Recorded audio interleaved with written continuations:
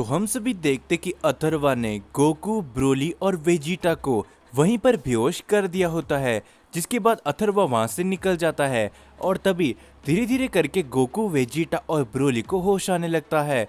और तभी वेजिटा कहता है, हे कैकरॉट, यहाँ पर क्या हुआ और आखिर अथर्वा कहाँ गया? जिसके ऊपर गोकू कहता है, मुझे नहीं मालूम वेजिटा, लेकिन अथर्वा मुझसे कुछ कहने की कोशिश कर रहा था। जिसके ऊपर वेजिटा कहता है, क्या? आखिर तुम क्या कह रहे हो कैकरॉट? जिसके ऊपर गोकू कहता है, वेजिटा, तुम्हें और ब्रोली को मोरो को रोकना पड़ेगा, क्योंकि मोरो उस हमले से बच गया था लेकिन डिमिग्राम मारा गया है। जिसके ऊपर वेजिटा कहता है, लेकिन कैकरॉट, तुम अथर्वा का अकेला सामना नहीं कर सकते।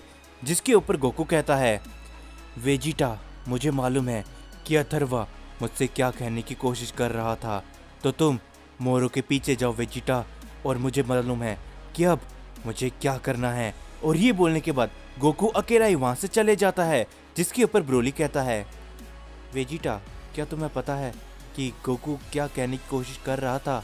जिसके ऊपर वेजिटा कहता है, नहीं, मुझे नहीं पता ब्रोली, लेकिन इस समय हमें मोरो को ढूंढना पड़ेगा और मुझे यकीन है कि कैकरॉट अथर्वा को संभाल लेगा। जिसके बाद हम सभी को मोरो का सीन दिखाया जाता है, जो कि कहता है, नहीं, ऐसा नहीं हो सकता। डिमिग्राम मारा गया, उन तीनों सेयंस के पास इतनी ज्यादा शक्तियां, लेकिन कैसे? और तभी मोरो को एक शक्ति का अपने आसपास एहसास होने लगता है और तभी मोरो उस जगह पर जाता है, लेकिन मोरो देखता है कि वहां पर एक काफी बड़ा डायमेंशन बैरियर होता है। और तभी मोरो कहता है, क्या ऐसा हो सकता है? क्या ये डायमेंशन बैरियर उसका तो नहीं जिसके ऊपर? नहीं, ऐसा नहीं हो सकता, लेकिन कैसे? ये डायमेंशन बैरियर किसका है? जिसके ऊपर तभी मोरो को एक आवाज सुनाई देती है, हे, क्या तुम किसी को ढूंढ रहे हो? और तभी वहां पर ब्रोली और वेजिटा आ चुके होते हैं और मोरो उन दोनों को ही देख के काफी ज्यादा चौंक जाता है। और मोरो कहता है, क्या भला आखिरकार अब दोनों ये सेयन यहाँ पे क्या कर रहे हैं? जिसके ऊपर ब्रोली कहता है, तुम पिछली बार हमसे बच गए थे ना, लेकिन इस बार तुम हमसे नहीं बचने वाले। और ये बोलने के बाद वेजिटा और ब्रोली अपना पावर अप करके मोरो के ऊपर अपना हमला करने के लिए जाते हैं। दूसरी तरफ हम सभी देखते अथर्वा को, जो कि एक जगह पर खड़ा होता है और वो कहता है, तो आखिरकार तुम वापस आ ही गए ना? मैंने तुमको कहा था कि तुम वापस मेरा पीछा मत करना, गोकू। और तभी हम सभी देखते वहां पर गोकू भी पहुंच चुका होता है और गोकू कहता है, अथर्वा, तुम मुझसे कहने की क्यों कोशिश कर रहे थे? मैं कुछ भी नहीं समझा, क्या तुम मुझे साफ साफ बताओगे? जिसके ऊपर अथर्वा तभी कहता है, चलो ठीक है गोकू, मैं तुम्हें सब कुछ बताने के लिए तैयार हूँ, लेकिन तुम मुझसे वादा करो कि अगर मैं तुम्हें ये बता देता हूँ तो तुम उसके बाद मेरे बीच में नहीं आओगे।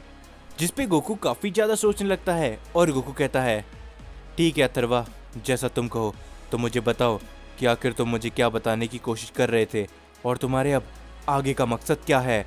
जिसके ऊपर अथर्वा कहता है, जैसा कि मैंने तुमसे कहा था गोकू कि मैं तुम पे अपने आप को देखता हूँ, यानी कि एक समय ऐसा था जब मैं अच्छाई के लिए काम किया करता था और मैं तुम्हारे ही जैसे इस मल्टीवर्स को बचाया करता था, और जितने भी लोगों के ऊपर प्रॉब्लम आया करती थी मैं उन सभी को हंसते हुए सॉल्व कर दिया करता था।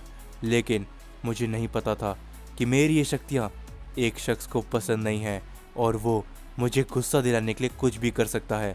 उसने मुझसे बोला था कि मैं उसके साथ मिल जाऊं। जिसके ऊपर गोकू कहता है, क्या? लेकिन आखिर वो कौन था अथर्वा?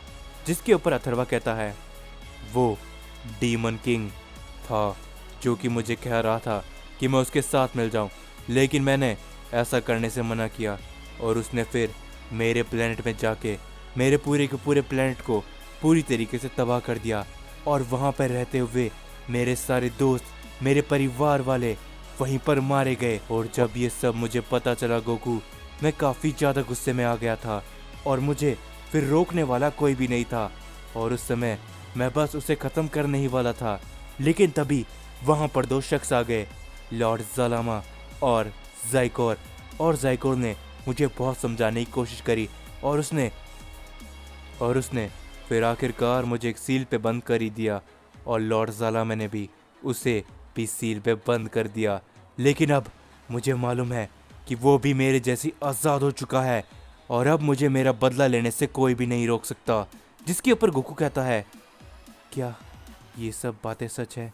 क्या अथर्वा भी उन सभी चीज़ों को फेस कर चुका है? तो मुझे कोई भी हक नहीं है कि मैं अथर्वा के बीच में आऊँ।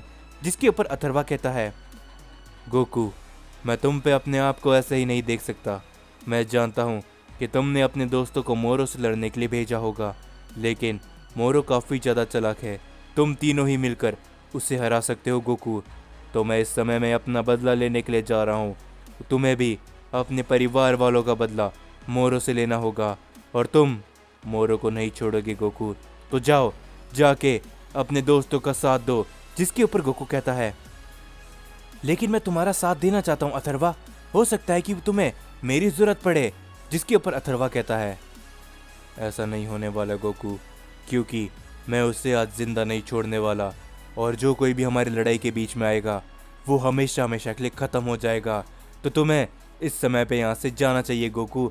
और गोकू काफ़ी ज़्यादा सोचने लगता है, लेकिन तभी अथर्वा वहाँ से गायब हो जाता है और गोकू कहता है, मेरा कोई भी हक नहीं है कि मैं अथर्वा की लड़ाई के बीच में हूँ, तो मुझे वेजिटा और ब्रोली की मदद करने के लिए जाना चाहिए। और ये बोलने के बाद गोकू वहाँ से निकल जाता है और तभी हम सभी देखते अथर्वा को, जो कि एक सुनसान जगह पर आके खड़ा होता है। और अथर्वा कहता है, मैं जानता हूँ कि तुम यहीं कहीं हो, तो मेरे सामने आ जाओ, क्योंकि अब छुपने का कोई भी मतलब नहीं निकलता। जिसके ऊपर तभी अथर्वा को एक आवाज़ सुनाई देती है, मैं जानता था अथर्वा कि तुम मुझसे मिलने जरूर आओगे, तो लो मैं तुम्हारे सामने आ ही गया। और तभी अथर्वा और वो शख्स एक दूसरे के आमने सामने होते हैं और उन दोनों की शक्तियाँ इतनी ज़्यादा होती है कि वो दूर दूर तक फैलने लग जाती है। और तभी हम सभी को ज़ीनोसामा का सीन दिखाया जाता है और ज़ीनोसामा कहते हैं, नहीं ऐसा नहीं हो सकता, वो दोनों आपस में एक दूसरे के आमने सामने आ चुके हैं और अगर ऐसा है तो अब ब्रह्मांड का सबसे बड़ा युद्ध होने जा रहा है। तो अब कैसे भी करके मुझे इस सील से बाहर निकलना ही पड़ेगा, ताकि मैं भी उन दोनों को रोकने के लिए वहां पर पहुंचूं। अब लगता है कि मुझे इस सील से बाहर आना ही होगा।